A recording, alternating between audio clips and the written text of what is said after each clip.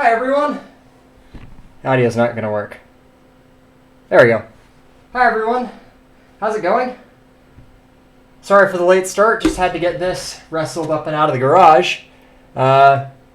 This camera angle is not going to work because I can't see what I'm doing, or the chat, or anything else useful. So I'm going to get this camera over here, and then we'll start taking a look at this, which is the compressor that we need to disassemble and fix. Hopefully, it will be easy.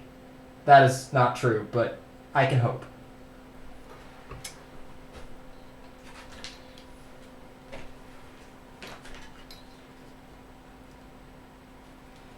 Hey, there we go. All right.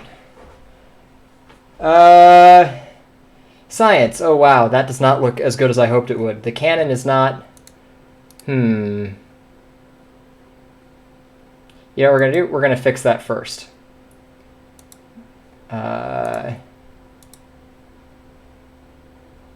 Let's see. Might be... game capture? Let's try this.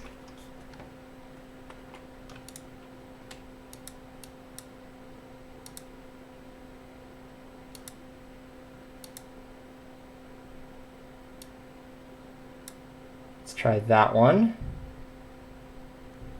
Wow, okay, that's not going to work very well. All right, so hopefully everyone can hear me okay still. We can talk about what the deal is. So we have a compressor here that you can see on the one hand. Maybe do that with this one. So what we've got here is a two-stage air compressor, and I need this to do pneumatics testing to pressurize my valves for both of RCS project and the big liquid rocket engine, and it's not behaving. So I can turn it on and it'll run, and like a little air comes out of the hose, but just a little, and it's not high pressure. Like you can easily just like put your thumb over it and it'll stop.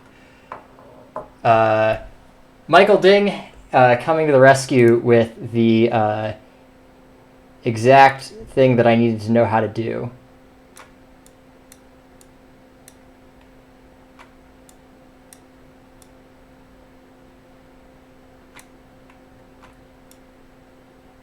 Science. Thank you, Michael Ding. That was incredibly helpful. That's like kind of maybe the way to do it. We'll adjust this a little bit. There we go. Okay, so this is what we've got. It's a compressor. Let's talk about what parts are on the compressor. So we've got the motor, which is back here. That spins a shaft, the crank of which is in this oil reservoir here. This is the first stage piston in this cast iron part right here. So this is a big piston that goes up and down. That pressurizes air that comes through here. This accumulator right here has a safety vent, some instrumentation, and then it provides pressure up to here, which is the second stage piston. Up here there's like a tiny little piston that goes up and down that pressurizes this line that provides the high pressure air out here. So I have spent like weeks working on this, and I have fixed a lot of tiny leaks. I have tightened a lot of bolts. I have found missing parts from the move, and it still doesn't work. So I think it's time to bite the bullet. I've gotten in touch with the manufacturer, and they have asked me to send them a video of what the situation was with this compressor. And so I figured I might as well stream me taking it apart to figure out what's up. Okay, so checking the chat briefly. Yes, I have an Aerospike shirt. Tim Dodd was way too nice and gave me a bunch of free merch. So Tim's awesome. Thank you, Tim. Let's see. Is the design of a linear Aerospike harder than a toroidal Aerospike? No, Ian. The linear Aerospike is actually much easier to design if you have to do the calculus. But if the calculus is already done for you, they're both equally easy to design. Let's see. Bobo, well, thank you for dropping by. Sorry it's so late. Okay. What did Michael do to improve people's lives that we did not understand? I don't know. But, okay. Copenhagen. Welcome, Copenhagen Suborbitals. This is for a variety of projects. Mostly I just need this to press up my shop air tanks so I can do pneumatics testing. Okay. Wow, yeah, okay. So that really is everybody. Let's get to it. So this is all metric. So I have some assortment of tools here. Unfortunately, I've got some like solvents, some other stuff I've been messing with. So I think the first thing to do is going to be to take off these tube nuts. And this is going to be kind of tight, so we'll see how this goes. But I have 2 wrenches for today's stream. I have the microscopic wrench and the small wrench. We're going to figure out how this goes. I guess we start here. We'll find out. So just disclaimer, I have no idea what I'm doing. I am definitely winging this. There's no manual or anything for this. Oh, wow. Okay. This whole thing is turning. I'm not sure if that's right. Let's back this nut here.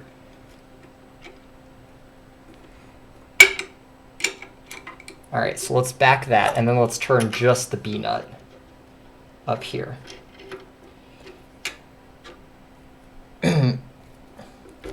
There we go. Oh, wow. It's even worse than that. I need to back this thing here. It's been 4 seconds and I already look stupid. There we go.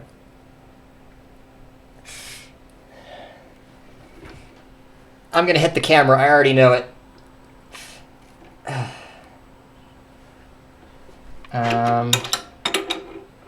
Try that.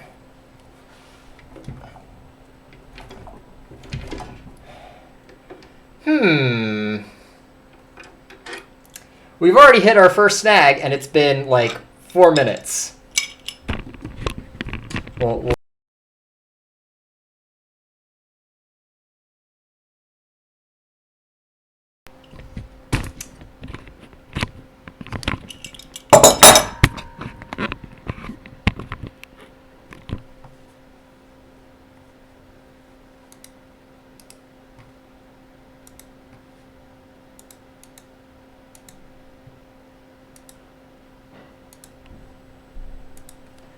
I said, it's been 4 minutes and we've already hit our first snag.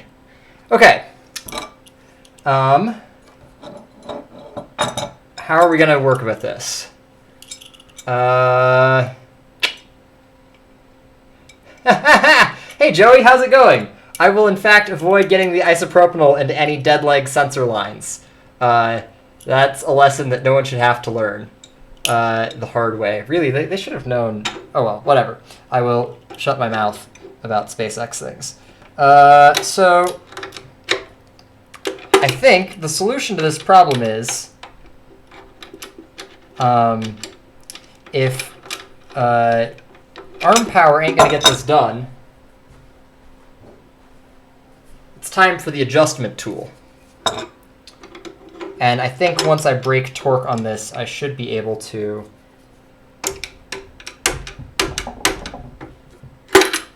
Nope, that didn't help.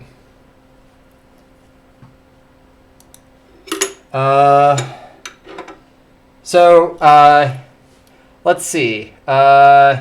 Michael, the big wrench is not in fact touching the small nut, which I would almost like more if I'd just been stupid. But unfortunately, it's not me being stupid, it's me being weak, which is harder to fix.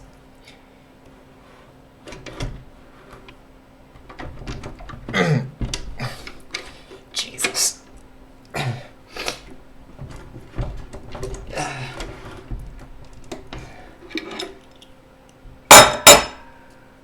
Whew. Okay.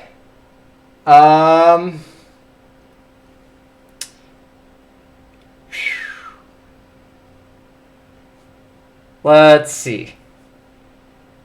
New strategy. I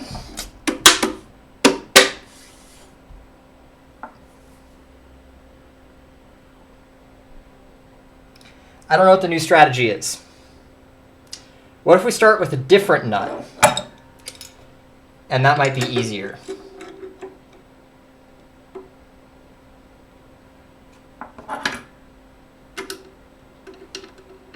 Let's make sure I'm being not really stupid here. It's right tight, left loose. And these are threading on this way. Have I been tightening them? I don't think so. No, I haven't been. That's tight. This is loosening.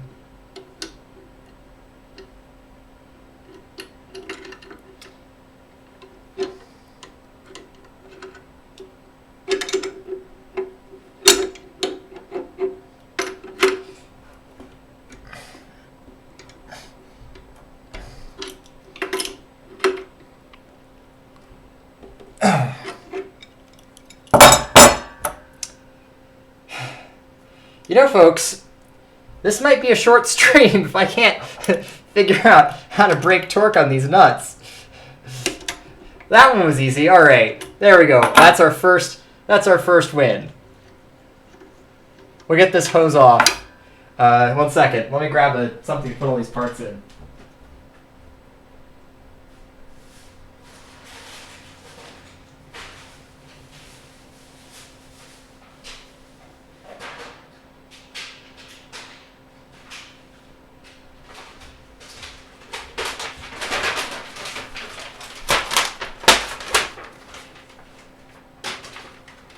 I figured there's going to be oil everywhere, so I brought some pie tins to keep it from going everywhere.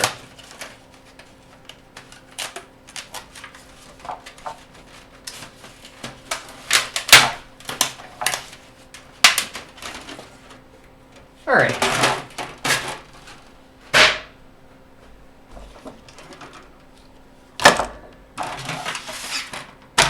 That's the parts box.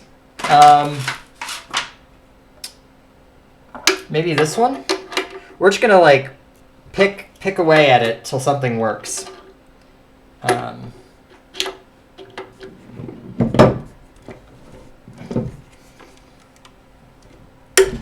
There we go. First one. We got it, folks.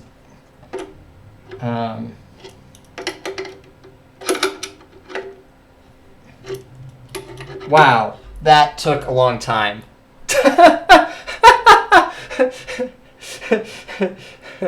Okay, so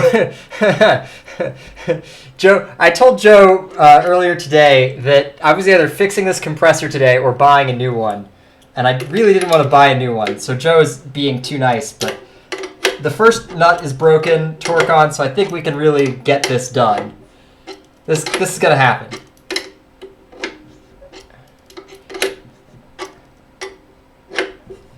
And now that we've got that one some of the way out, I can go and I can grab this.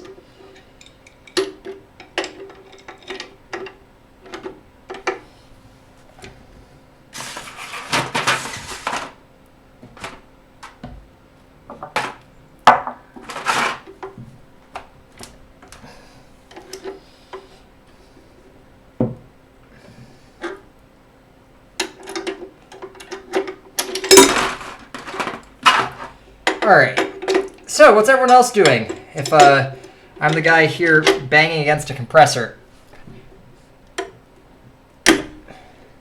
There we go.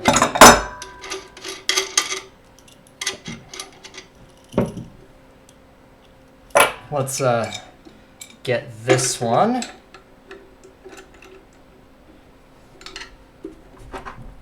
The good news now is that I know that the direction I'm turning these is right. It would have been much less fun if I had kept wondering if this was a left-threaded nut. There we go. Wow, all I had to do was get one, and all of a sudden this became much easier. Okay, so this is the output pressure line.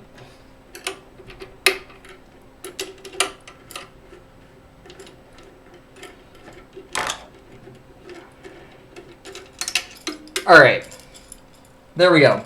This is the second stage output line that goes to the the high pressure manifold. So that's on.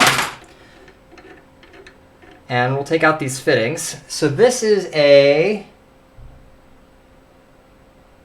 this looks like an NPTF right here. This, it can't be because it's metric, so I don't know what the metric equivalent of NPT is, but it's something. And this looks like it might be self-swaging. Yeah, check this ferrule out. Is this going to focus up? It won't because I have it on manual focus. So let's... There we go. Okay. So this ferrule right here, this nut has a geometry on the inside of it so that when you slide it down over this, it bites into the metal like this. It bites in. And that seals around the tube here. And then this like is kind of like conic shaped.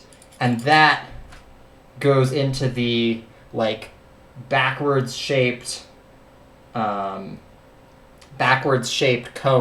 in the fitting. Awesome. Wow. Okay. That took a lot of work. So now we can start to see what's up in here. So now we just need to get the rest of these nuts off. But now I know I can do it. Now I believe in myself. All right. One more time. Oh, and I'm going to fix the focus on this. There we go. One more time. Hey! Yeah.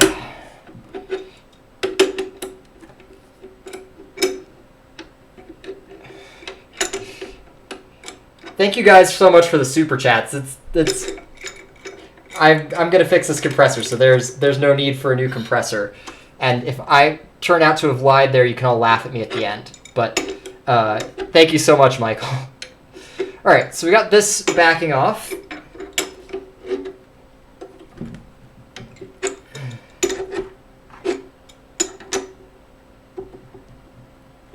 So now we need to get onto this fitting here and then break torque on the nut. Now this one's not going to fit. So someone was saying earlier that they thought I might be getting both nuts with the big wrench. That wasn't the case on the other one, but that'll definitely be the case on this one. I'm not sure why, but I need more clearance. Actually, you know what I have to do? This is exactly what I have to do. I have to put the little wrench on the big fitting.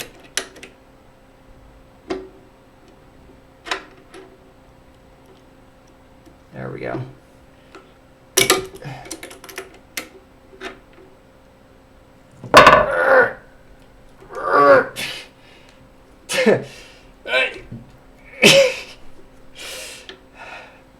Hammer time. Nope, not hammer time. It is in fact not hammer time. I don't know what that noise was, but it sounded suspiciously like oil squirting out somewhere.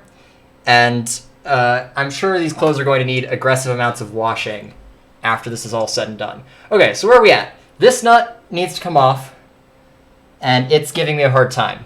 Oh, wow. Thank you so much, Eric. Thank you so much, Peregrine. Seriously, guys.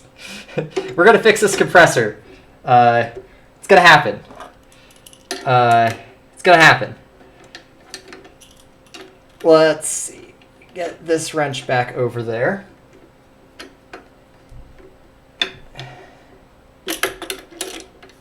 So there's not going to be like a lot of cerebral content in this stream. It's going to be a lot of me messing with parts that are stronger than me.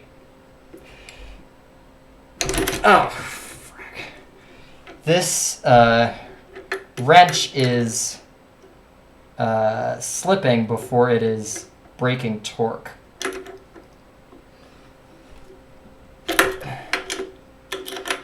That is no bueno.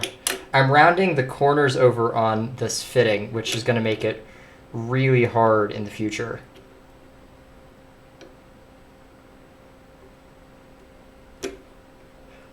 Ah.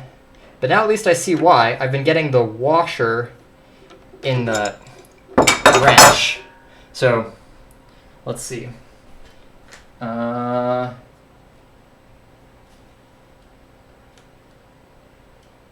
give you a nice cinematic shot of this. So there's a washer here. We'll just make this full screen. So there's a washer. There's a washer here, and when I was grabbing it with this wrench, I was clamping down on the washer instead of on the ferrule of the nut. So we've got that, and this needs to come my way. So one more time for all the glory. Hey, how about it?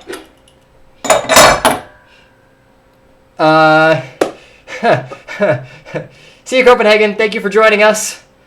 Best of luck on your own projects. All right. Let's get this one. All right. Oh, nope, still not finger tight.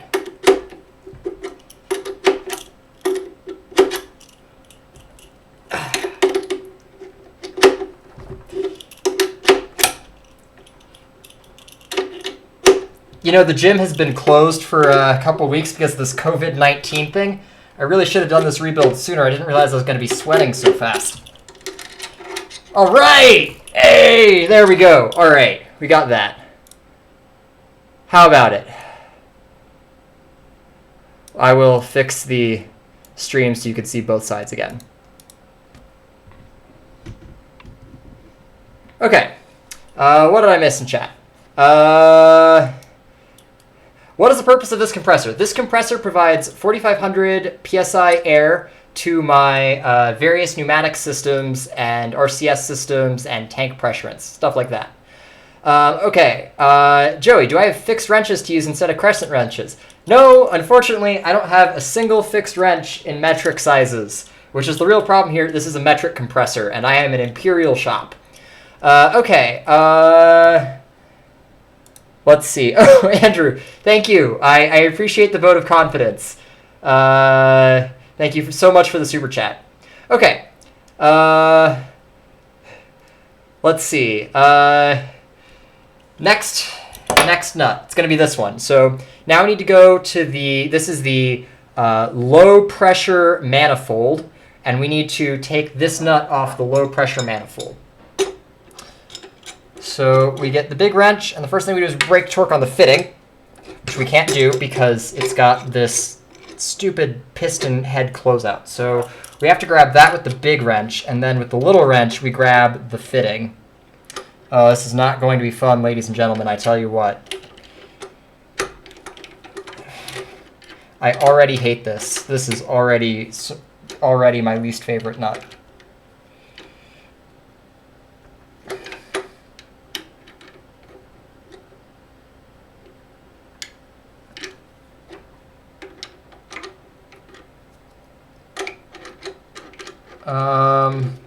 You guys can't see this very well, so let me try again to show you what the problem is here. The problem we have is a degrees of freedom problem. All right, we're over here. Sorry for the shaky cam. All right, so we're over here. So what we've got is we've got this round nut right here with these two flats. This is what holds the piston in the manifold.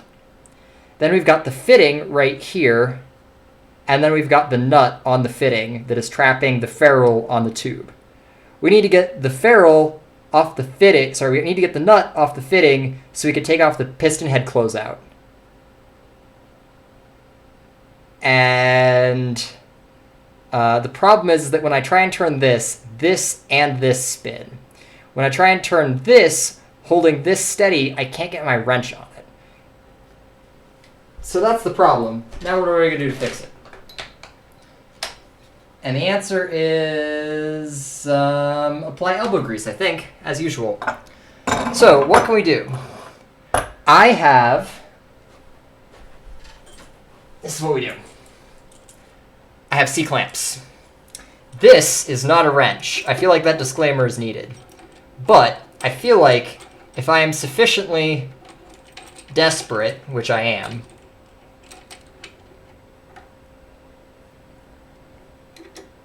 there we go. Here we go. It's gonna work. I feel it. I feel confident.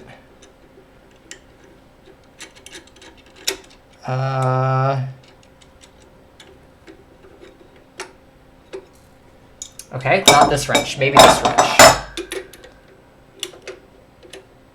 Not this wrench. This wrench is too small. This wrench is too fat. So we're going to put the C-clamp on the piston head closeout instead, and then use the big wrench on the fitting on top. That's what's going to happen here. So that goes there. So we've got the C-clamp on the piston head closeout, big wrench on the fitting.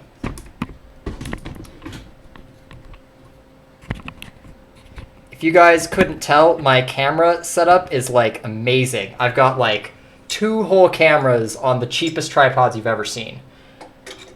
I've never really satisfactorily figured out how to film shop work, let alone live stream shop work, but we're trying. So I'm backing the C-clamp so it can't turn, and I'm turning the fitting to the left. And we got it. There we go. Holy cow.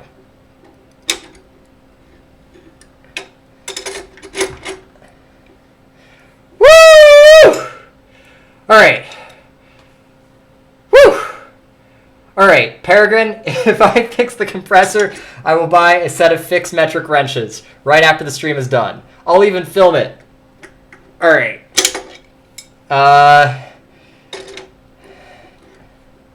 Whew. That looks to have a 1-inch diameter. The area is 0.78 square inches, which means it has a pumping force of 3,800 pounds. Charlie hasn't been to the gym in a while, so I don't think he can do that now. Joey, you're my math hero. Thank you for doing that. How are you, man? I haven't heard from you in forever. Okay, Legally Bred says, hi, I'm trying to make my own rocket engine, and I found a paper that says beginners should use a hydrocarbon as a fuel. And I said I was going to use ethanol. Why ethanol? Well, I tell you what, first, I get to be cheeky and say I'm not a beginner. This will not be my first liquid rocket engine. And second, because personally, and this is the worst reason ever to make a design choice, I think the flames from ethanol rocket engines just look so much prettier than kerosene flames because they're clear and they're blue and they just look awesome. Okay, let's see. Let's keep on keeping.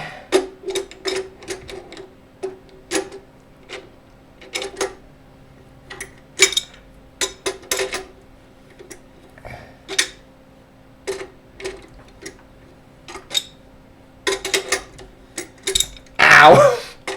I just punched myself in the chest with a wrench. It was really quite uncomfortable. We'll see how many nicks and dings and bruises I accumulate by the end of this. My guess is that it will be many.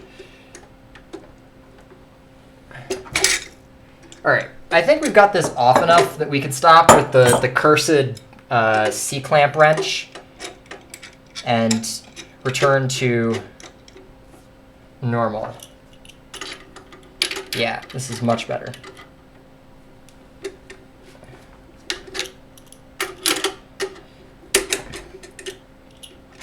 Woo! All right, so this is out. Now I need to get it out over here. Once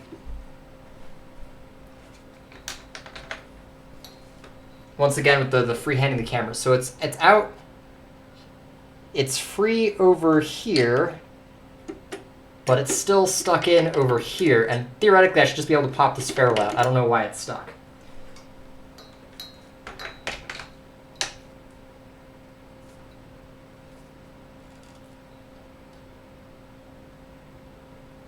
All right. So as always, when there's a problem, we'll start by hitting it, which did not fix the problem.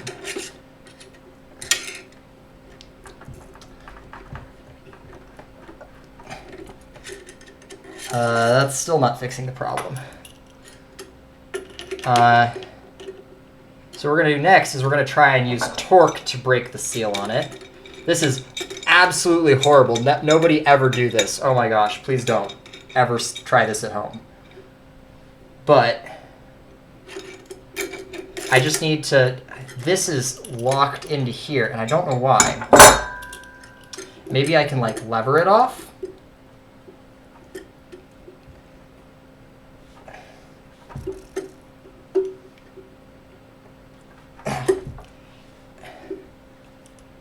Okay. Let's see. Joey, I assume I'm familiar with, yes, AVE, Applied Science, all good, very good channels. Due to quarantine, it is in fact just Charlie. Unfortunately, this would be much more fun if I had help. Is paraffin wax a good binder for solid rocket motors? Not really, no. Let's see. Pretty flame justification isn't as bad as I think. In a hobby project, the engineering variable to optimize is happiness, so if that's what makes me happy, it's 100% justified. Yeah, that's right. Joey, I think you were there when I picked ethanol. That was like a long summer ago. Let's see. Have I... Oh, Joe. Okay.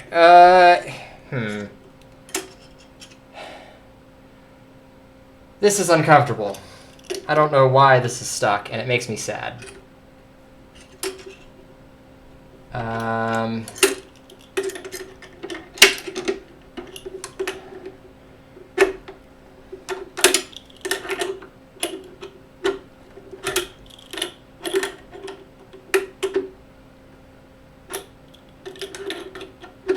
Oh, wait, that might be it.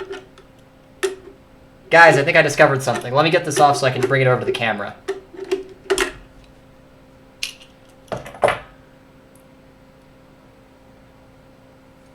Okay. So, let me make this big.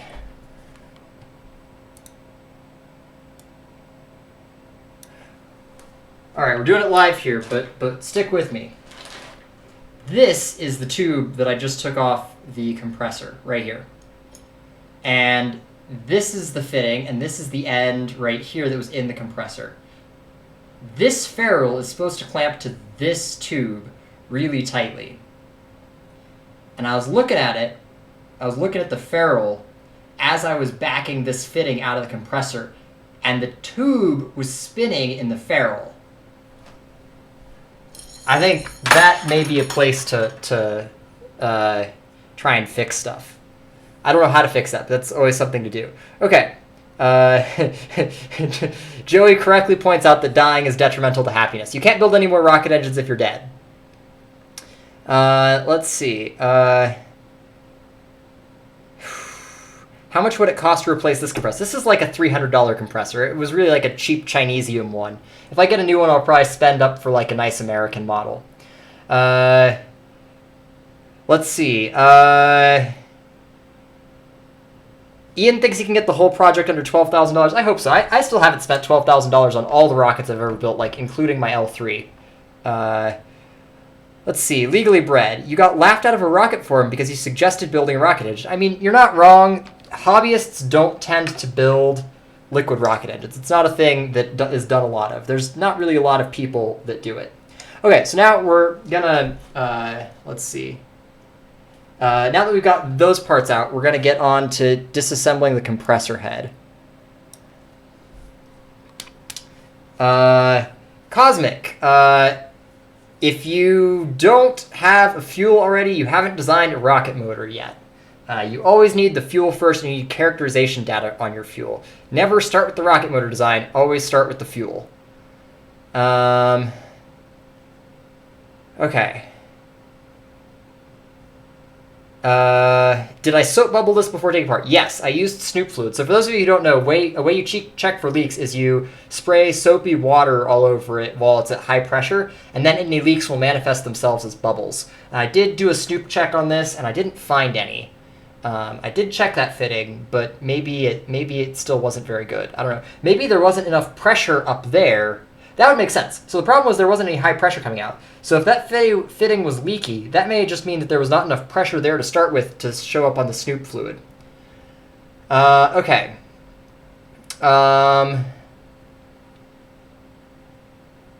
Let's see. Why is the rocket engine throat in the logo so sharp?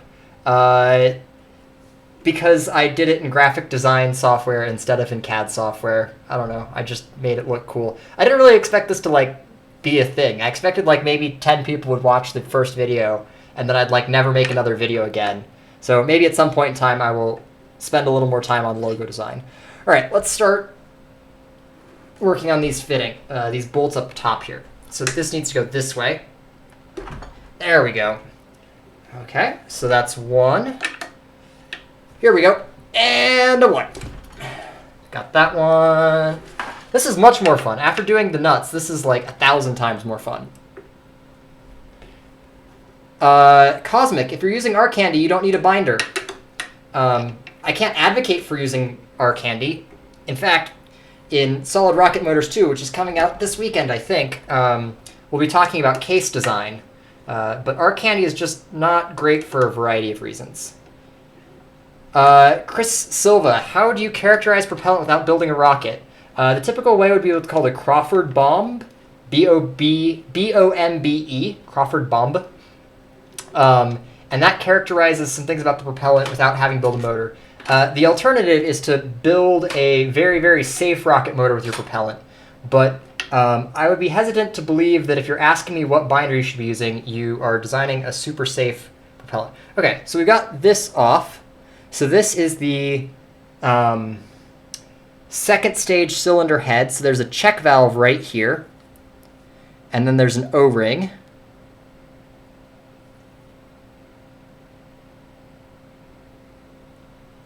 And then there's another O-ring, and then there's the water flow passage. I don't know if you guys can see this very well. So this is where the water goes through the cylinder head to keep it cool. Get it to focus up. This is where the water goes through the cylinder head to keep it cool. This is the seal for the high pressure air, and that's a check valve to keep the air from coming back in after it's been pressurized.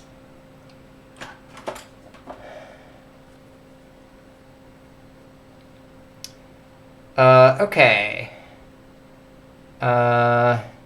Cosmic Exploration. Speaking as someone who has done a lot of sugar motors in their life that doesn't recommend them, I only ever cooked off one plate of KNSU, and that was the second to last batch of rocket candy I ever made. I bought all the supplies for my first composite motor like a week after that. There we go.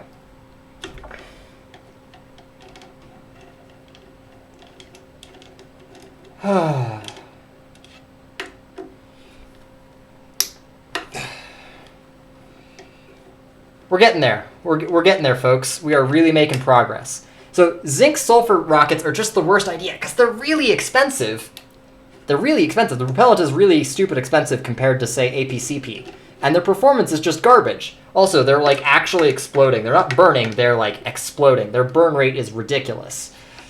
In order of propellant preference, it should be like composite propellants, rocket candy, then maybe like double and triple base propellants, and then after double and triple base propellants is zinc micrograin. Okay, that's all those bolts out. And of course we can't take this head off yet because we haven't undone this nut yet. So this one is next. This is really hard because there's a writing condition. It's interfering with this gauge, which is really bad design.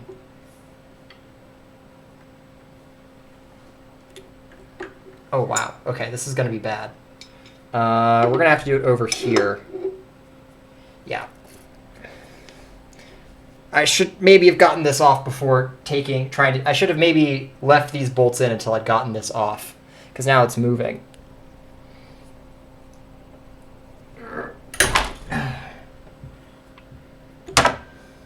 Let's get these out of my way. Hey.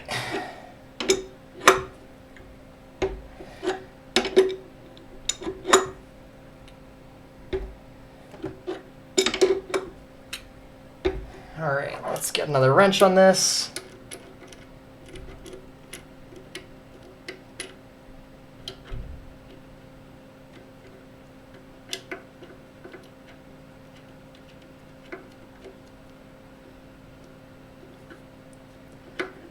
So that goes there and that goes down.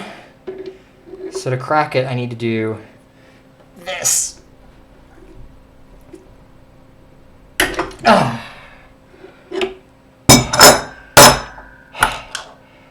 Oh, give me a second, guys. Whew. Oh. All right. Whew. There we go. All right. Redstone hive, I never burned my beard off. I burned my face before I could grow a beard, so now I will never grow a beard. But that was my very first ever rocket candy motor, and it was a bad idea. There were no two ways about that.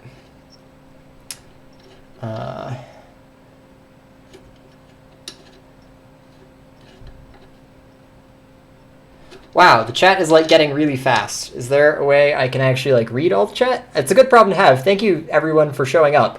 Where do I get ammonium perchlorate? I get it from Rocket Components Store, RCS Store. They're a great vendor and their material is top quality. Take off the pressure gauge. I actually can't take off the pressure gauge because I don't have a wrench that's that thin until I get the rest of this mess off. Let's see. If you want to live dangerously but cheaply, you can do the electrolysis thing and get hydrogen and oxygen. Yeah, but the density of that is super low. That's not really worth it. Okay. BLR, I don't particularly want a beard. I just can't have one under any circumstances anymore. Okay.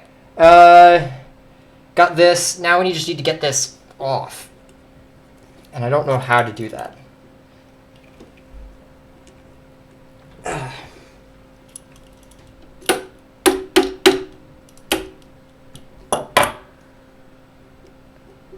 Oh, there's still a piston in here. Holy cow. Okay, so I have to be really careful not to, like, damage the piston. Can I, like, back that down? Yeah, let's do that. Okay. That is better, but not good enough. Okay. Wow. Okay, so there's a lot of stuff happening at once, and I have to be really careful not to break anything. Otherwise, the new compressor fund will become necessary. So we're just going to take this fitting all the way out.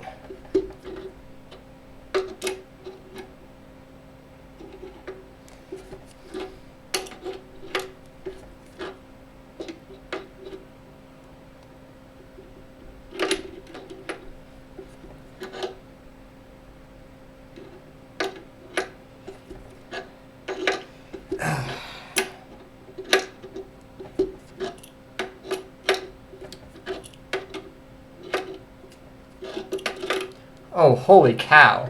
This fitting is like rusted to pieces. Goodness gracious, I wonder why.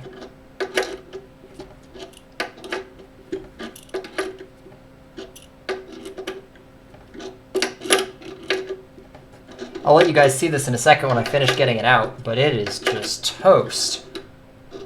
Holy cow.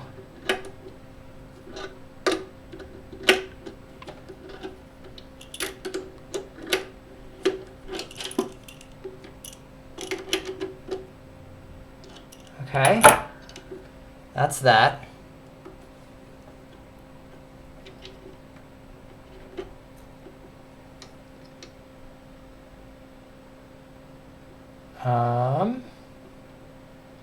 What a mess.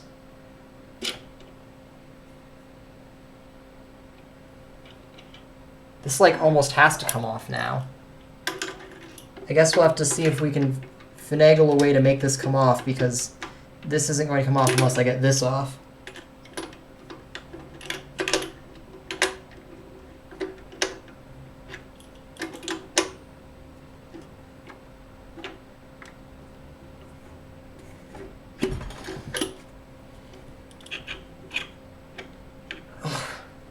Are you kidding me?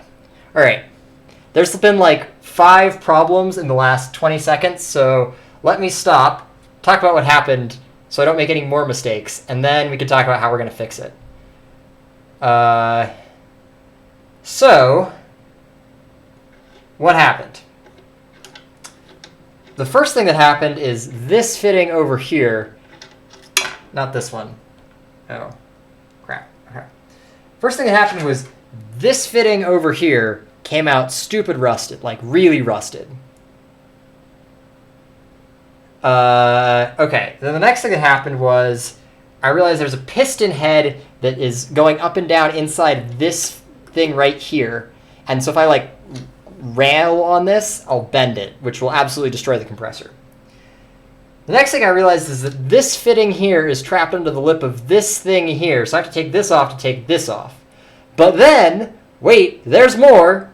There's a wire connected to this gauge here as part of the automatic shutoff system. And that wire is getting wrapped around this as I back this off, and it's gonna like break everything. So I need to like think. I need to think. Okay. Reading chat. Holy cow. Thank you, Joe. But Joe, you should stop giving me money. Guero, you don't have experience and you're trying to build a liquid rocket. Oh, yeah, Ian, maybe, I mean, turbo machinery is really hard, and having a pre-burner without turbo machinery doesn't really have a point. So if you're going to try and do turbo machinery, definitely, like, I am not, here, let me do this. All right, everyone, welcome to the rest of my shop. I'm not smart enough to do turbo machinery yet, and I've been trying to learn for a long time. So we'll see if we can sort that out. In the future, I want to do a video talking about how electric pumps work, and maybe build a small-scale one. But yeah, I'm not sure about the utility of a pre-burner. Okay. Holy cow, thank you, Trill. Wow, you guys are being so generous. Thank you. In the meantime, let's keep working on this compressor so the new compressor fund can be a rocket parts fund. Okay. So, I need to figure out how to get this off without breaking the wire that is wrapping around it. Oh, there's like... Oh. Ha ha ha ha ha! I should have just pulled on the wire. Check it out. There's a connector. Can you guys see that? There's a connector. There's a connector on the cable connected to the gauge. So all I have to do is... Well, I need 2 hands to do this.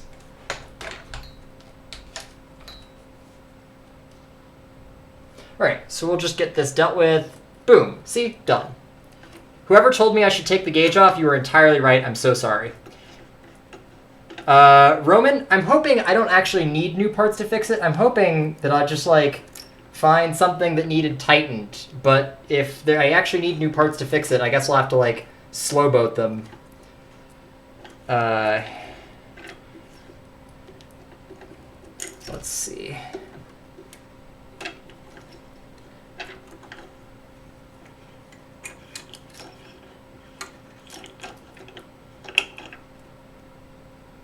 There we go. Check this out. Look at the end of this. I don't know what that is. I haven't the slightest idea of what that orifice is, but it looks really cool. Okay. There's an O-ring down there. That looks like it's good in good health. That O-ring looks fine. And then this means we should be able to... Ha ha ha ha ha ha ha! We got it! Ladies and gentlemen, we got one. Thank you so much, Thomas Wang. Thank you so much. Yes. Here we go. Okay, so what are we looking at? This gasket is not the happiest gasket I have ever seen. I would not be surprised if that was where the leak was. Let's see. Get this focus. Okay. So looking at this, this all looks like it's made great contact. This does not. This does not look like it's sealed very well. And this is where the water flows through, I think. Yeah, I think the water goes through an inner passage here to these holes here. But the inside of this was just a mess. I bet this is where the problem was. I might need new gasket making material for this. That may not be a thing that happens today. We'll have to see. I took the thermistor out. Let's focus up again. Okay, so this is the thermistor. This prevents it from overheating and it shuts it down if it gets too hot.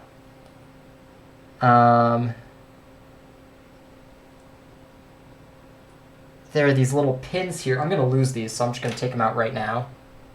I assume that clocks the compressor head. Oh, gross. So I'm looking at the second stage piston head.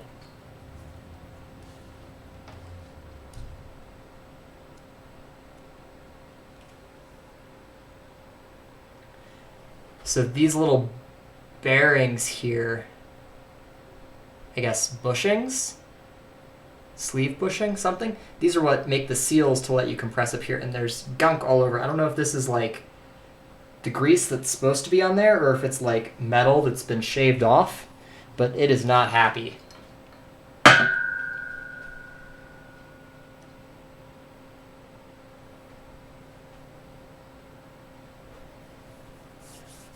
Okay. Let's see. The other guy, what was the other guy in the chat right that petroleum and LOX are best for a beginner? Legally bred, kerosene and liquid oxygen or gasoline and liquid oxygen are definitely probably the easiest propellants for a beginner, just in terms of like availability and like considerations. Legally bred, GOX is not a really great choice. The problem with GOX is that since GOX is warmer, it's more likely to like light your plumbing on fire. At least liquid oxygen is really cold, so there needs to be some activation energy. BLR Technologies. When is a test of the engine? So that's a great question, and the answer is like a ways away. Here, we could take an interlude. Robert, thank you so much for the super chat. I will endeavor to be careful.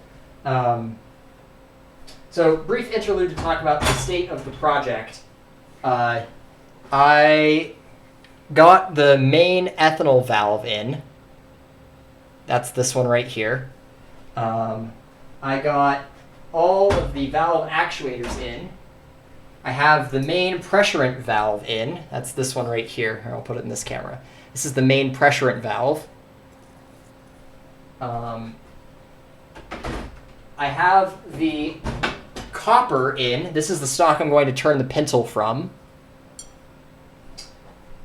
What else?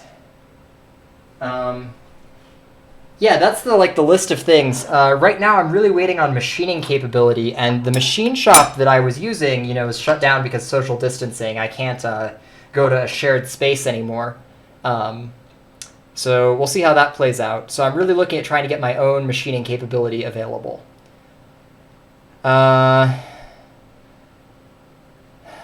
Okay.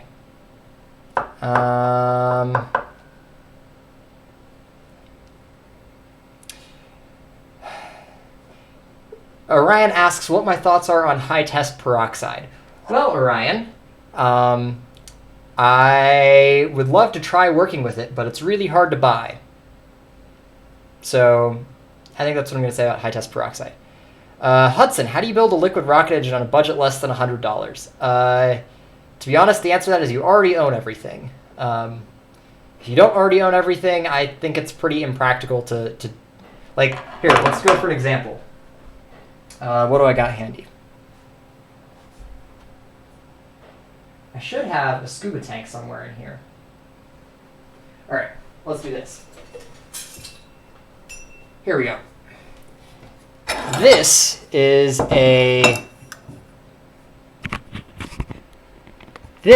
a tank for something that I'm doing, and it is covered in Teflon paste from me sealing it.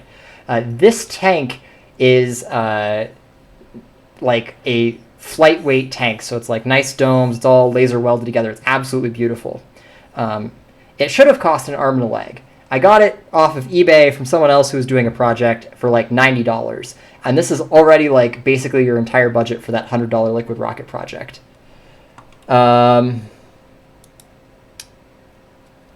Okay, Joey says you don't need high purity ethanol, and he's 100% correct. In fact, 70% ethanol is much easier to work with. It's a lot easier to do cooling. Yeah, definitely water in the propellant is good. Okay, I need to start focusing or we will never get any further on this disassembly. So I think the next thing we want to do is take off these fittings here.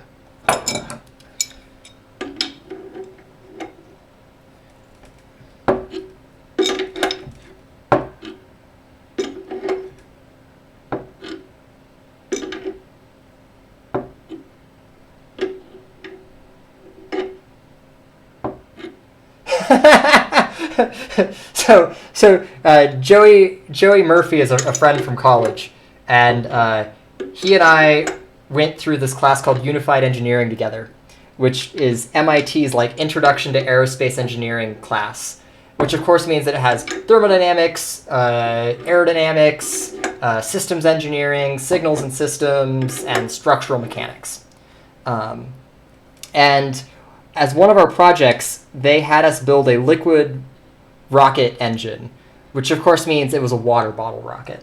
And we were really quite miffed at this because I think at the time, Joe, you were on rocket team. You were on rocket team your sophomore year, and so we'd already like been building big rockets, and they were like, "Here, build this tiny rocket," and we were like, "But that's boring." So we like totally upsold it, and we were like, "This monopropellant liquid dihydrogen monoxide blowdown thruster," and we like went through the entire report pretending that it had been this really cool thing. It wasn't, and we flew a much larger rocket that weekend, but it was kind of funny.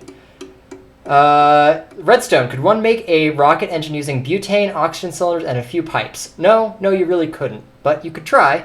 It just would melt. Nathan, what does the future of solid rocket fuels look like? To be honest, I don't think they have. They're kind of running out of applications. They're going to use one on Mars sample return, which is cool, but as rockets become more reusable, solids become less useful. All right. Why did I choose methanol over ethanol? Oh, Joe Barnard. Oh.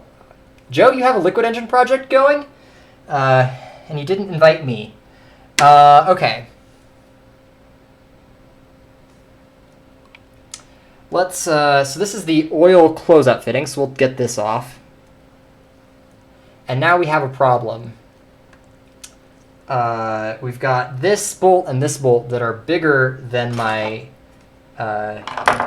T key. So we get to go to my other set of Allen keys in metric, and let's see if any of these fit. This is a 5. It's bigger than a 5, but not that much bigger. Maybe we try an 8.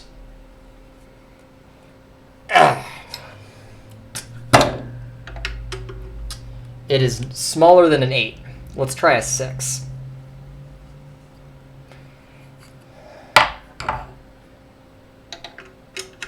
There we go. That'll do it. That will do it. Except that won't do it because it doesn't fit down in there.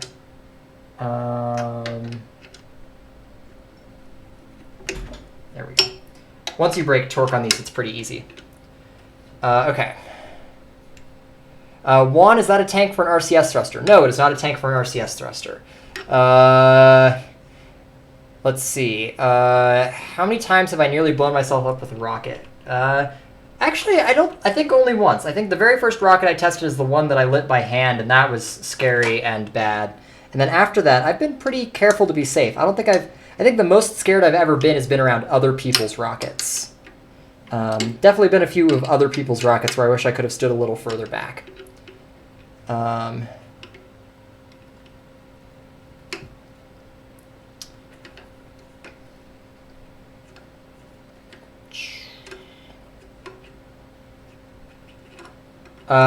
You know, to be honest, I don't know where to buy oxygen cheaply in the United States, so I have no idea where you could even buy it in Russia. Okay.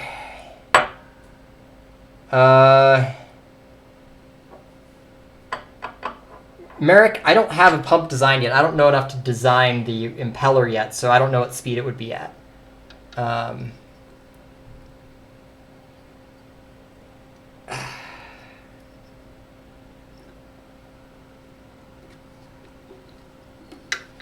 This is on here really, really good. And I don't really want to just like wail on it to try and pop it off until I have enough other parts off that I can see why it's not coming off. So now we're going to come over to these fittings here.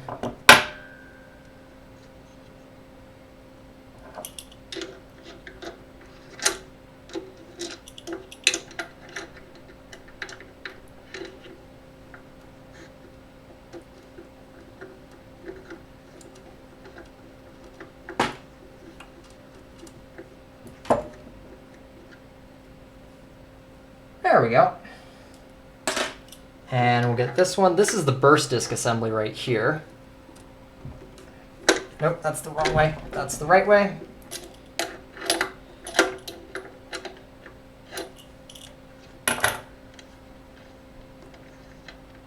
Guero JR asks, what was my development as a Rocketeer from the beginning?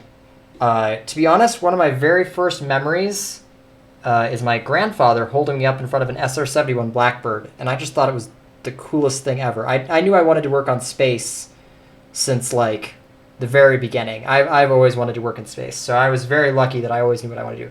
Okay, so this is the burst disc here. So, so the burst disc is up inside there, and then if the burst disc bursts, the pressure comes out through that hole there.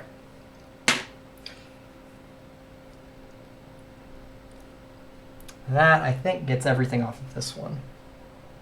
That means we can get in here with a wrench.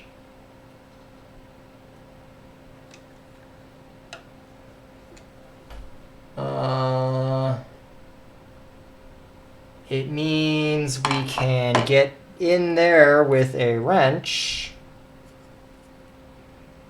a different sized wrench.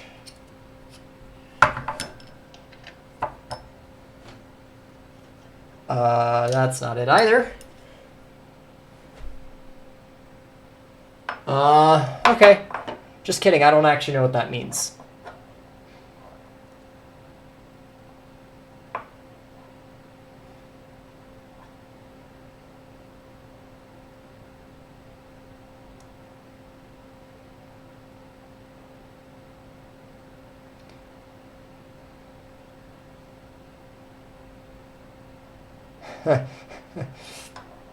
So, all right.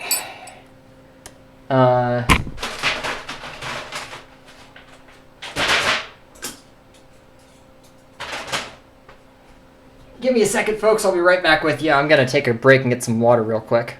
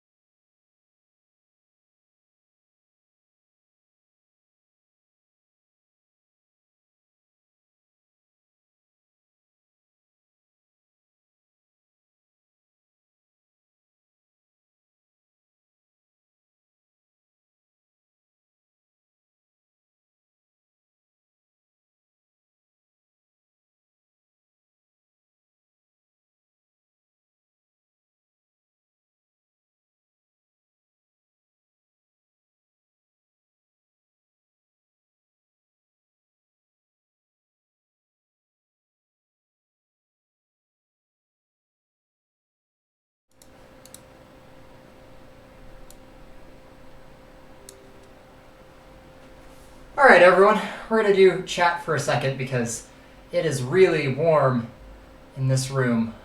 It is really warm in this room, and I'm kind of winded. So, chat time. Okay, so how's everyone doing today? I'll give everyone a say. Oh, wow, okay, the chat was not lazy in my absence, so I guess I have to catch up and not let people say things. So, we've got the compressor mostly apart. Which means we need to start looking for problems. I found a couple, and I think they're problems that can be resolved.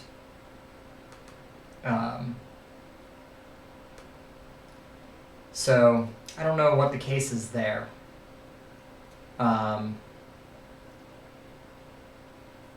Okay, so yes, hydration break indeed. It is quite warm in here.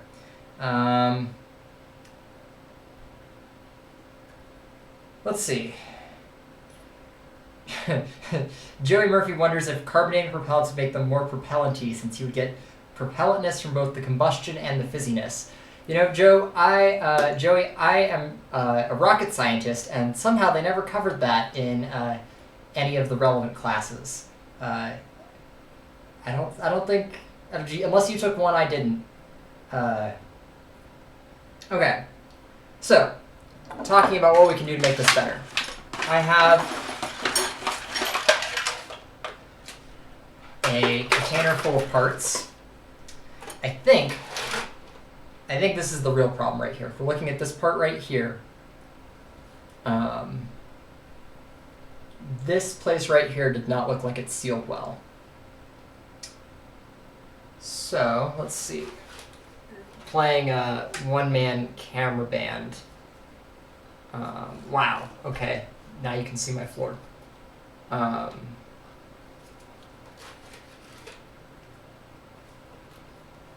Yeah, so if we're looking at this right here doesn't look like it's sealed well. So what we're going to do is we're going to carefully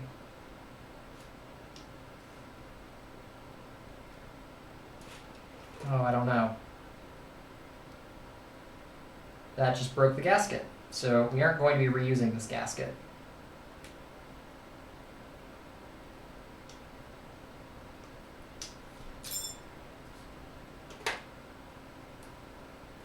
All right, that just decided whether or not we're going to rebuild it today, because we just broke the gasket. And by we, I mean me. But yeah, this gasket was just not well sealed here. You can kind of feel it. So I suspect that is where the problem lies. Is this gasket paper? I do not know. So this needs to get cleaned off and then probably polished. It almost looks like something has been striking that. I don't know. So that's where we are there.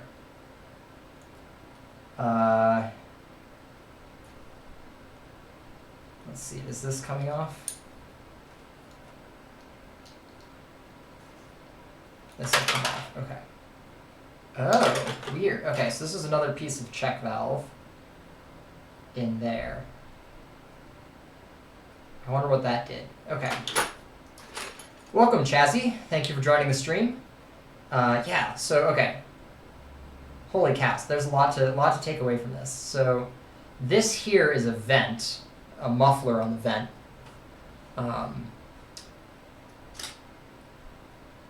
Uh-oh. That seems like a camera just died.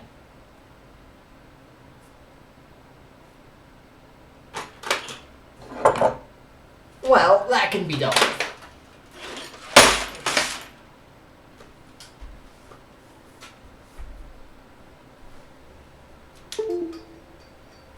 All right, folks, we're down a camera, but it will all be back in just a second.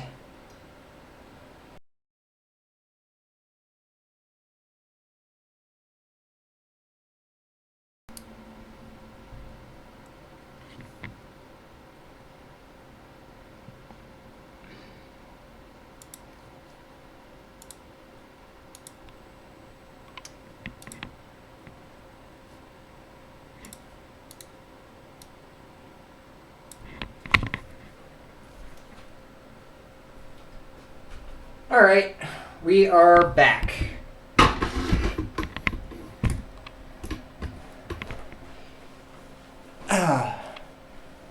And now the camera is straight and level even. Yeah, so I was looking at this bag of parts, and maybe new compressor fund time, because this is, so I was looking at this. This looks like it's been struck by the piston head. It's not showing up very well. There's like a very obvious dent on it as if it has been struck, which is not good.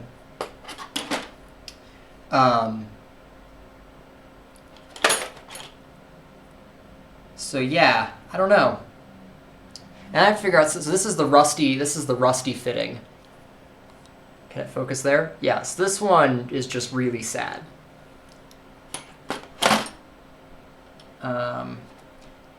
The O-rings on the high pressure side look just fine. They'll go right back in, no problem.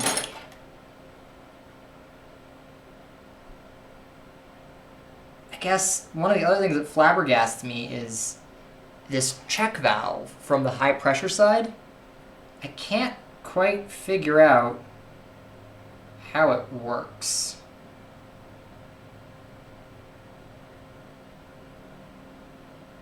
So if it goes on this way, so there's two of them. I don't know, there's pretty much no way for you to see this, but there's two opposing check valves. Oh wow, that's not great. There's two opposing check valves, and I can't figure how anything ever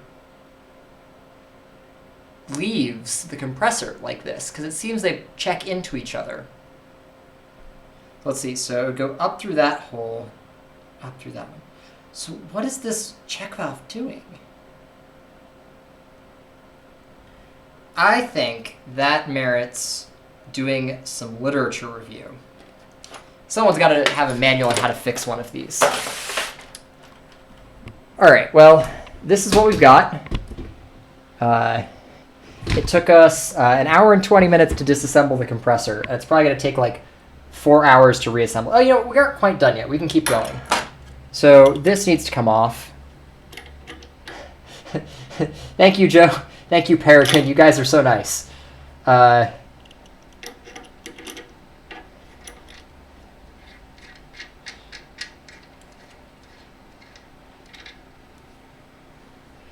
So this is one of these. This is very different from the other one of these.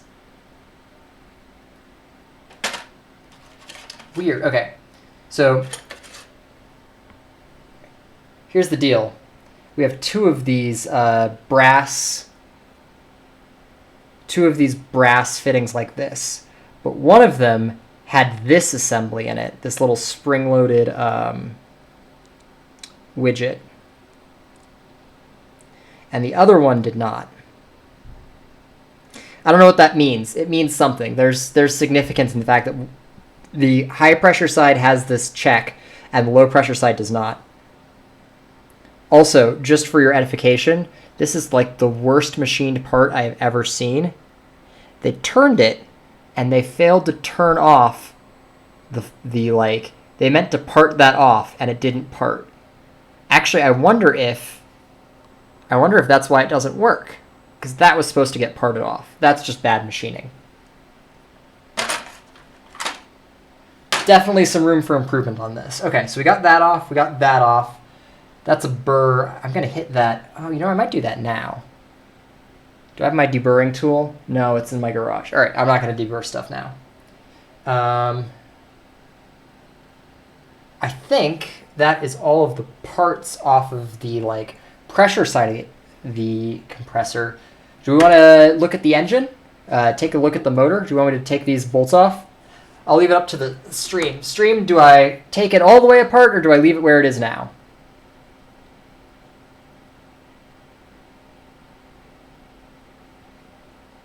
Mario, can I do anything to improve the audio sync? I don't know that the audio sync is bad. Let me see how I can fix that. Sorry, folks, there's going to be like feedback. Or do I leave it where it is now?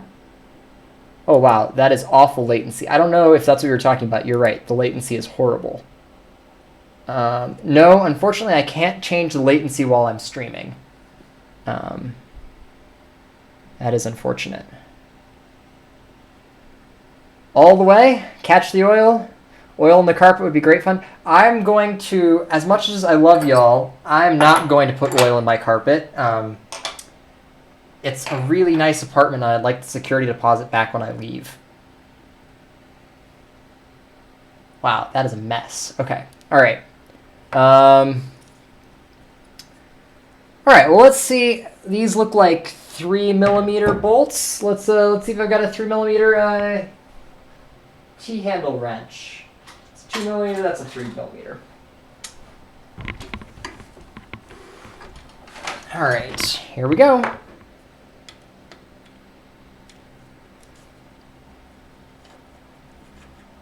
First bolt, we're committed now.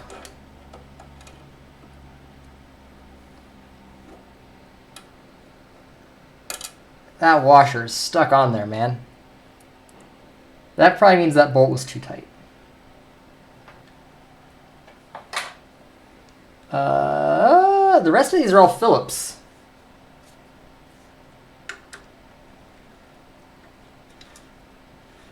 All right, guess I have to go find a Phillips head driver. Sorry, we're down a camera, so when I work on this side of the compressor, there's nothing to see.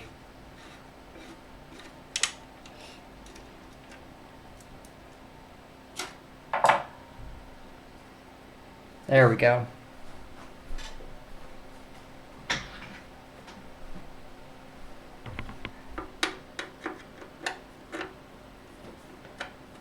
Oh, wow.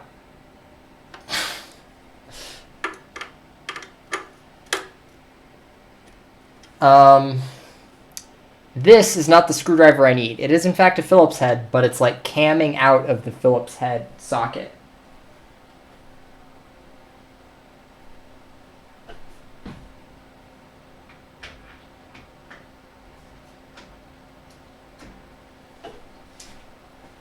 All right, well, I was trying not to have to do this, but I need my drill, so I'm going to run down to my garage, and that I'll be back in, like, I don't know, 3 minutes.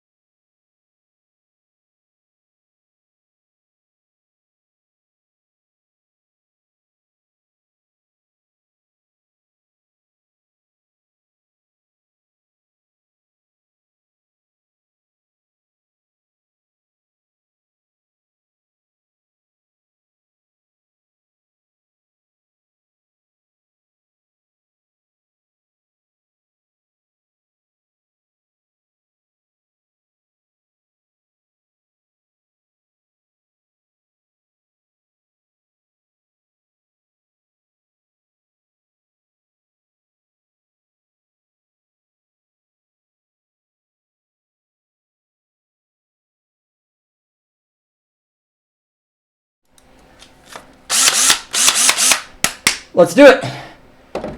We have a drill.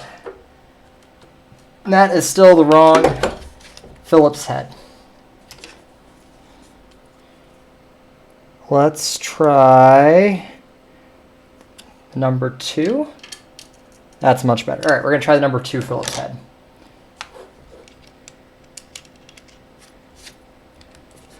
There we go. We want it out.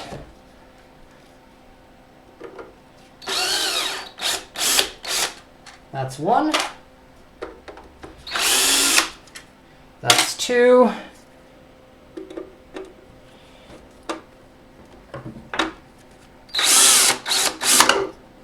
Three,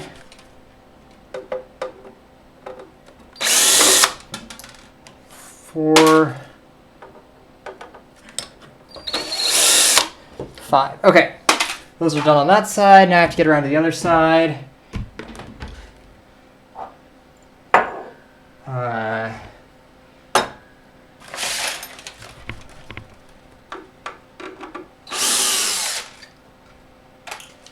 Three.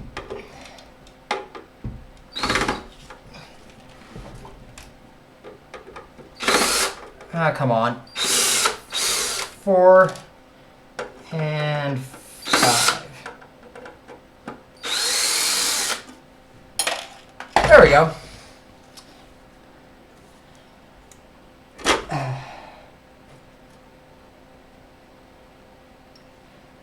All right.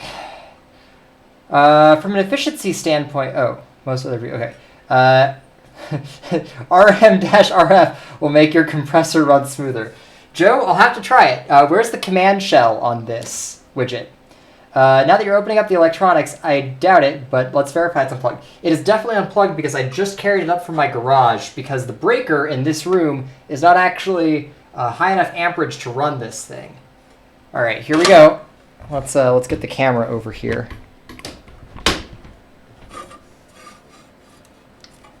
Oh man, that's a big boy.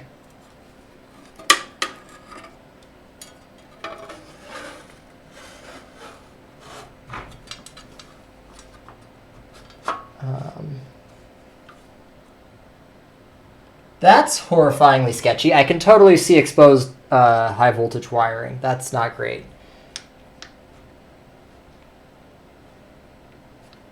I don't know if this capacitor is supposed to be mounted to something, but it's a big capacitor.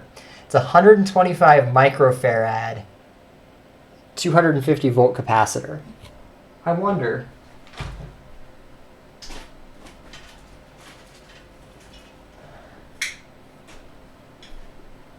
I have a bunch of these capacitors that I picked up for free in a hallway somewhere, and I've always wanted to build a railgun with them, but I don't have time to build a railgun right now. I was just curious what the comparison is. These capacitors are over 10 times, 20 times more powerful than this compressor, which is kind of crazy. They're like the same size.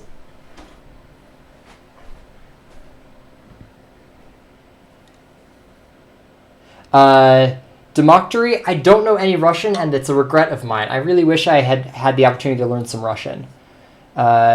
Troy, you're trying to convince your rocket team at WPI to take the jump to IREC from NASA. SLI, can you offer some quick thoughts on the competition? So, Troy, MIT's rocket team did NASA SLI for a few years, and I think we got infinitely more out of IREC. IREC is just so well run. The competition demands more of the teams, and I think it produces better results. Nothing against NASA SLI. I would just strongly recommend IREC. They emphasize the engineering more than the documentation, and they let you do more impressive things. Okay. Does this thing have a 20 amp plug with the extra widget on the prong? Don't see any of those. No, Joey, it doesn't. It should, but it doesn't. So that just means that you can accidentally plug it into the wrong circuit and blow everything. Joey, this is considerably less bad than our reflow of it. I will grant you that. Okay. Chazzy, it's bad. You can't see them all the way back in here, but it's just like it's wiring where like the insulation has just like come off. It's not great. Okay. So now we need to go any further than this. We have to take some of this off, which is not really an option. Because that's all permanently wired in, and I bet that's permanently wired in too. So let me get this stuff out of the way. I really should not have had that there. That was foolish. Oh, and this. If Copenhagen Suborbital's already left, but this is fun stuff. This is tetraethyl orthosilicate. I use this to help the cooling on my engine. I've been practicing with it some.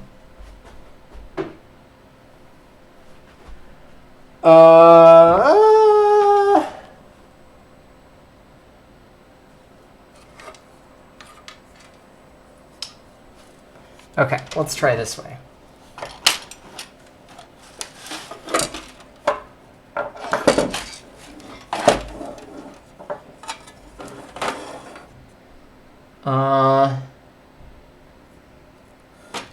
Yeah, so there's definitely just random exposed wires. Oh, wow, it's even sketchier than that. Holy cow, I don't know if you can see this. Let me try and get you down in here. Can you guys see that? One of these wires, this is a three-stranded cable that has a live, a neutral, and a ground. And they just cut one of the wires. I kind of assume that's the ground, but that doesn't make me feel any better. That ground is just those like random strands of copper there. Also, there's like oil all in the bottom of this. That's probably not a good sign. I don't know why, but that's bad. This stuff right here. These steel plates. This is like diffusion bonded special magnetic steel, electrical steel that has special electrical field permeability. Let's get the video back on the interesting stuff. There we go. Okay. Yeah, so Juan says he would short that capacitor just to be safe. And you know what, Juan? You are entirely correct, except there's no exposed wires on the capacitor. The capacitor is, I can't short it. It's all shielded.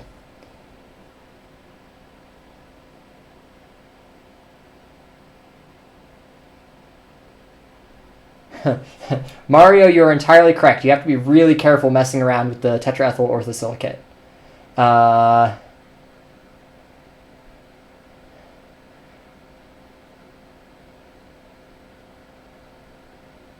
Yeah, Joey, you're right. I should grab a multimeter real quick.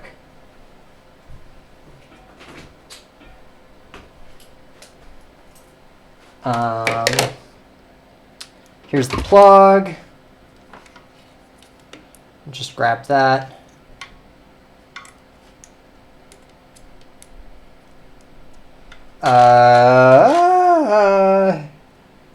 Oh, wow, that's garbage. Literally nothing on the entire compressor is grounded except for the ground wire. So I think that means that not only are there repairs coming to this compressor in the near future, there's probably also a wiring upgrade.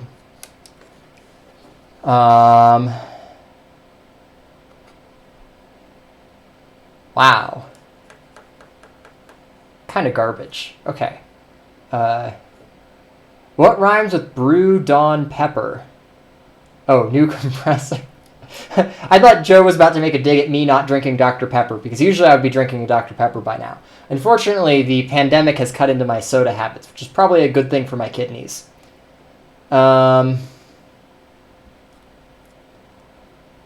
Okay. Why does the window look like there is no oil left? The window looks like there is no oil left because you can't see it very well. It's at the correct amount of oil if I, like, take you down there so you can see. There's, like, actually it's mostly full. Oh, wow, there we go. Yeah, it's mostly full. So that little bubble up there is the only air. So it's above the red dot, which, if you read the helpful sign, tells you that means there's enough oil.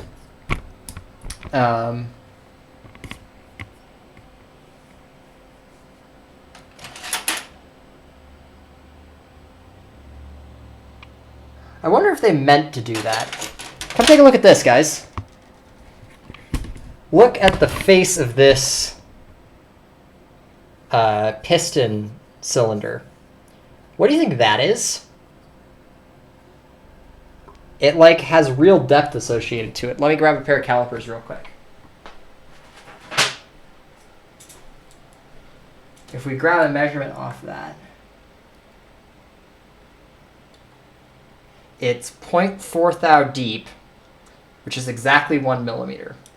Do we think that they either A, accidentally machined a 1 millimeter divot into the cylinder head, or do we think that that is essential for this to work? So that had the muffler vent that way. So if we set this down, oh, there's a 100% chance that's supposed to be there. It lines up exactly with this cutout on the gasket. Okay.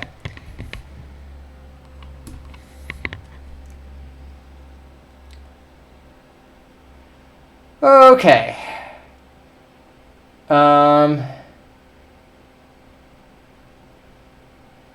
Demactory, it's going to be a while before I launch. It'll be a while before I even test. How expensive was this compressor? Like $300. It wasn't that much. Redstone Hive wants to know, what is Dr. Pepper? It is a soda that I enjoy drinking. Milena Viana wants to know, what do I think about ammonium perchlorate and cyclotetramethylane tetraamine? I have never worked with cyclotetramethylene tetraamine before. The closest to that I've worked with is tetranitromethane, which is a very exciting compound that I worked on some when I was doing research into reactive nanocomposite materials for my senior project a very long time ago. So I don't know what that is. What's the weird metal shim on the other? Oh, yeah. Okay, I see.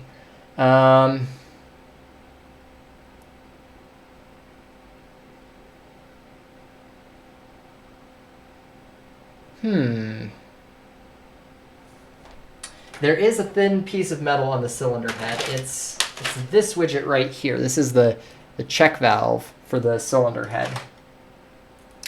It goes kind of over here.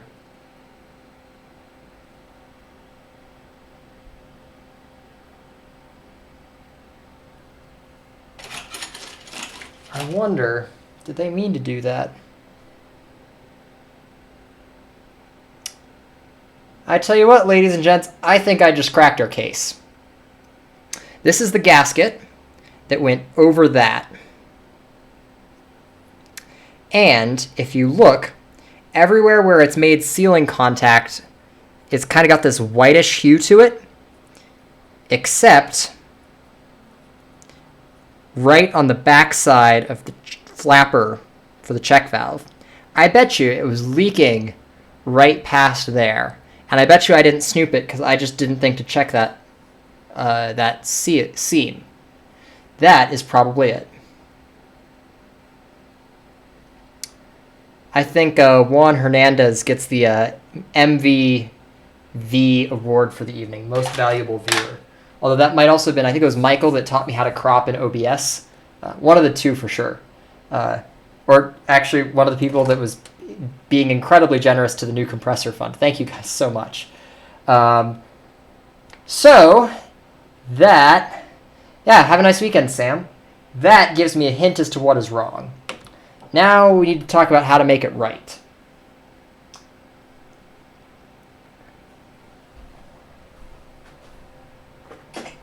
First thing to do is to very carefully remove the old gasket.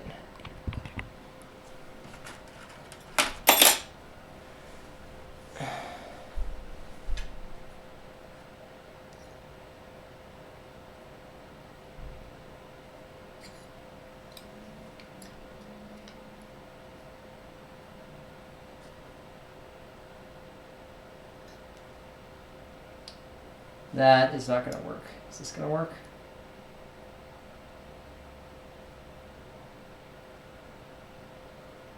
Nope, that's not going to work either. Okay, cutting it off with a knife, bad idea.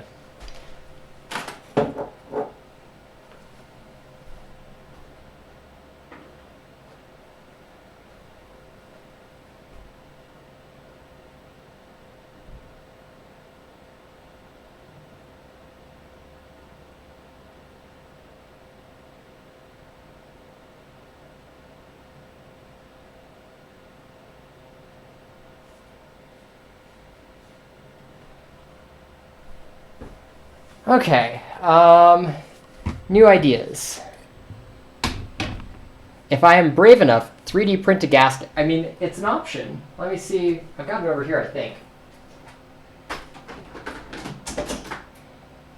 Yeah, I've got, this is a TPU filament. It's very flexible. I've been using this as the as the face cords for my masks that I've been making during the pandemic.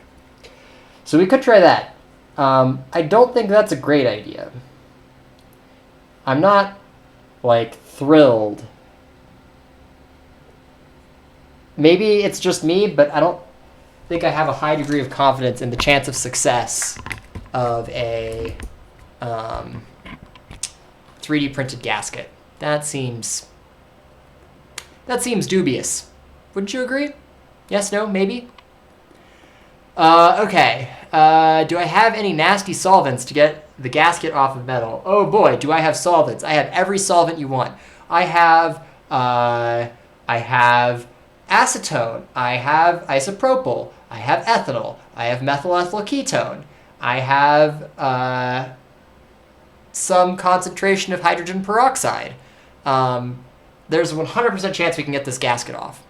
What I'm wondering is if maybe first we need to take some measurements from it before I destroy it. And Ricky H, of course, has exactly the correct idea in the chat, which is we take a picture of it. So what we're going to do here is we're going to get my calipers in the picture.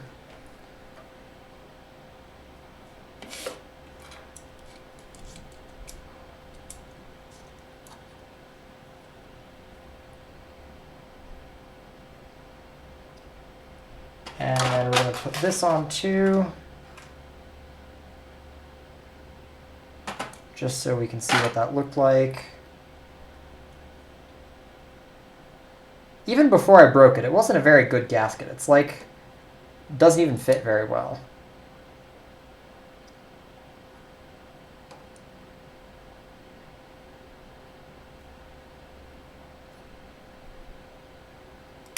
Oh, hooey. Come on. There you go. Thank you.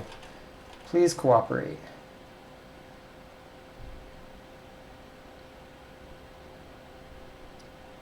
There we go. All right. That's definitely the right way to do that.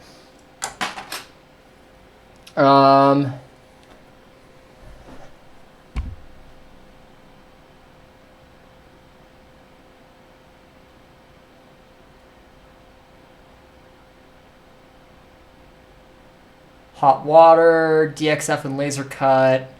Yeah. Making one will have to wait till I actually have more gasket material. Which actually may be the end of this phase of the disassembly.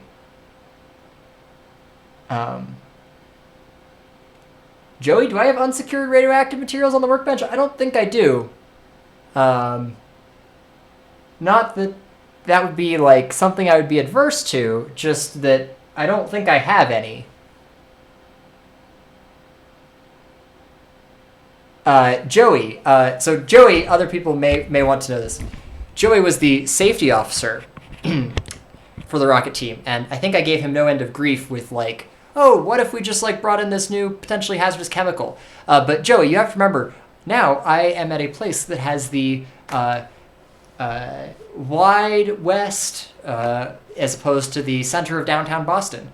So I have the ability to store and maintain materials safely far from people who can be harmed by them. Actually, I'm hoping to get a new shop soon that has like 2,000 square feet of shop space, room for a lathe and a mill and stuff. We'll see.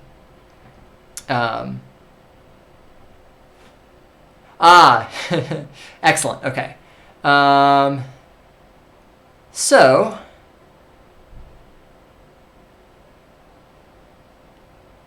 I don't know what else we can do. We've got the compressor mostly in pieces, and to fix it, I need parts.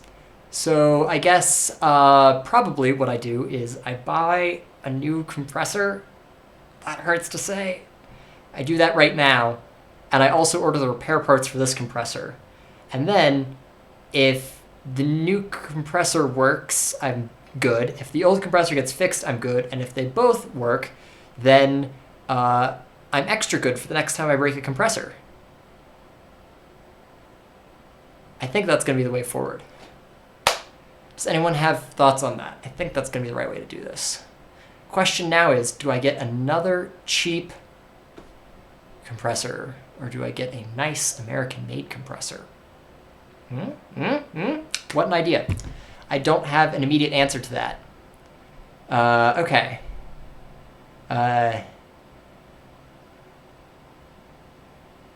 NOS says he has seen an Ariane 5 upper stage in real life. That's really cool. I love seeing rocket stages in real life. I have not yet made it to French Guiana to see a rocket stage. I will say, one time, something that surprised me very greatly, I was driving down the freeway in LA to the Matter Hackers store to buy stuff for my 3D printer.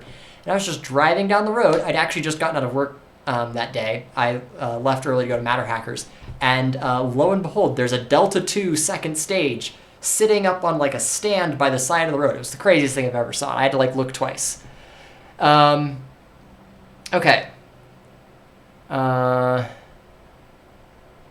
Ricky, I would love to just go to AutoZone and grab the gasket material, but we are under a shelter-in-place order. Or I guess it's not technically a shelter-in-place order anymore. It's technically safer at home. So I will probably defer from going out to get materials. I'll probably order it.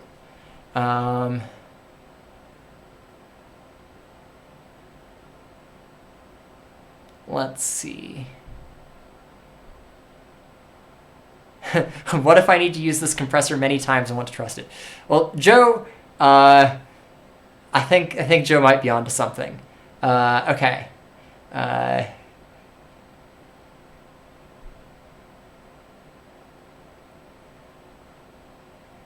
Yeah, Guerrero, I'm really glad you haven't found where I lived. That's a little terrifying to know that someone is applying considerable effort to find where I live. Luckily, the camera has stayed facing away from the window to disallow you any like landmarks that could be used to a nefarious purpose. Oh, Joe says it was actually a Delta 3 upper stage. I thought the Delta 3 used a Delta 4 DCSS stage. I don't think it was a DCSS. I'm pretty sure it was a Delta 2. I could be wrong, though. What do I think of SpaceX's construction of Starship? I actually can't talk about SpaceX things. NDA still.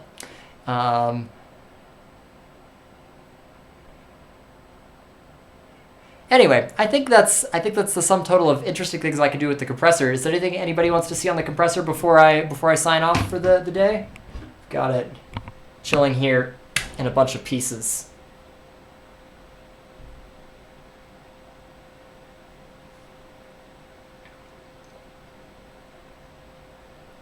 All right, well, in that case, thank you everyone for stopping by. This was a ton of fun. I will do another stream when I put it back together. And hopefully by then, I've fixed all the problems with it. So I will catch you all in the future. Take care, stay healthy and safe, good luck, and Godspeed.